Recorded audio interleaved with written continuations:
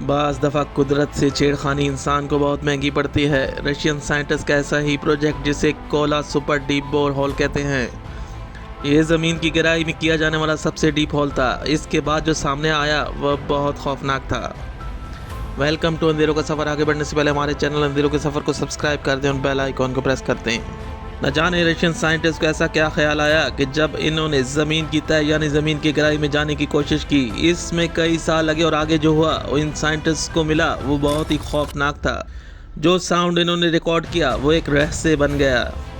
1970 की दिहाई में Russian scientist ने अपने एक रिसर्च प्रोग्राम के तहत मगरबी काज़ाकिस्तान के करीब ज़मीन में डीप ड्रिलिंग का काम का आगाज़ किया, जिसमें ज़मीन की गहराई और इसकी तह में और इसकी गहराई में क्या कुछ है इसका पता लगाना था।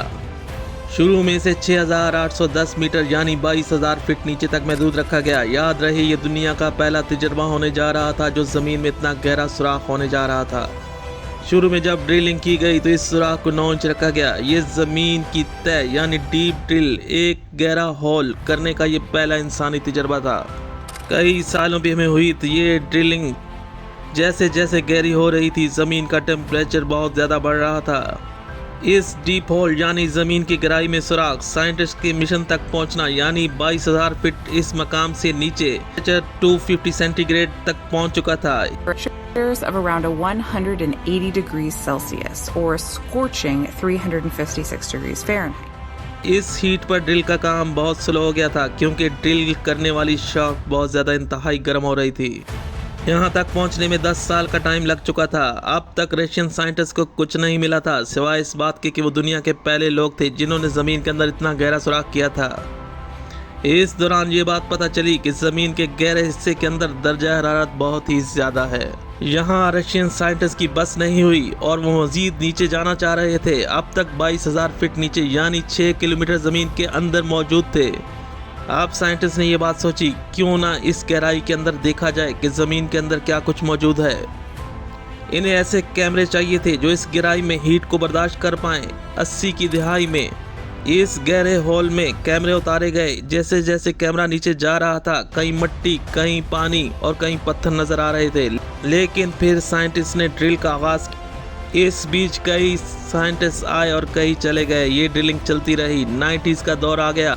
अब ऐसा वक्त आया जब ड्रिलिंग करते करते लोहे की शाफ्ट पिघल जाती और फिर इस काम को रोक दिया जाता। इस गहराई में कैमरे से देखना लगभग नामुमकिन था। अब साइंटिस्ट की तरफ से इस गहराई में साउंड यानी आवाज़ सुनी गई। फिर जो साउंड रिकॉर्ड हुआ इसने न सिर्फ रशियन साइंटिस्ट बल्कि पूरी दुनिया में हलचल मचा दी। ये इस कदर खौफनाक आवाज़ थी मानो जैसे जहन्नुम की आवाज़ हो। एक चीखो पुकार थी जिसे आम इंसान बर्दाश्त नहीं कर सकता। आइए हम इस खौफनाक साउंड को आप तक पहुंचाते हैं।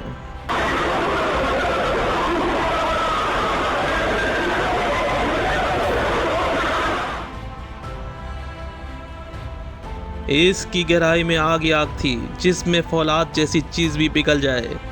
रशियन साइंटिस्ट को कुछ नहीं मिला, लेकिन ये मालूमात हम तक पहुंची कि ज़मीन की गहराई में आग ही आग है।